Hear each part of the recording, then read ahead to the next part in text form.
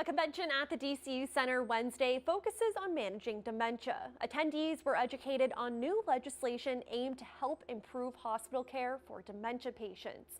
Our Chandler Walsh joins us live now to explain. Chandler?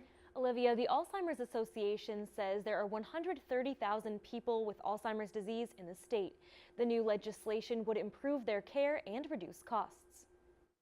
A new bill could improve how hospitals care for patients with dementia.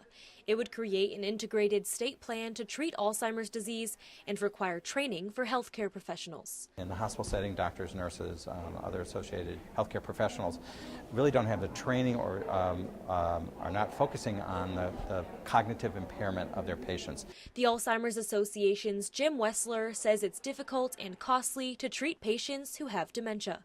And he says they have higher rehospitalization rates nationwide. It's more complicated. They're going to try to get up out of their bed because they're confused.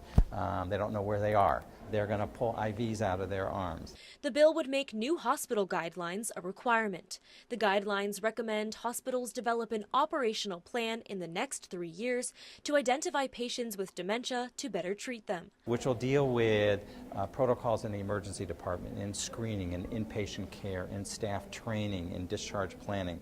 On Wednesday, the Alzheimer's Association hosted their 25th annual Dementia Care Conference, where they educated attendees on the new legislation. This is the first year the conference was at the DCU Center. The 700 attendees is the largest crowd they've ever had. Our whole goal is to really educate the workforce, so people coming here to learn the best care techniques to care for someone with dementia and go back and implement those in their work. The Alzheimer's bill passed unanimously in the House. Wessler hopes it will also pass in the Senate and be on the governor's desk next month. We already have half of the senators have signed a letter saying they support this. The Senate right now is working on the budget, and so I'm cautiously optimistic. Wessler says thanks to the guidelines and bill, it's an exciting time for those in the industry. He says Massachusetts is leading the nation with this legislation.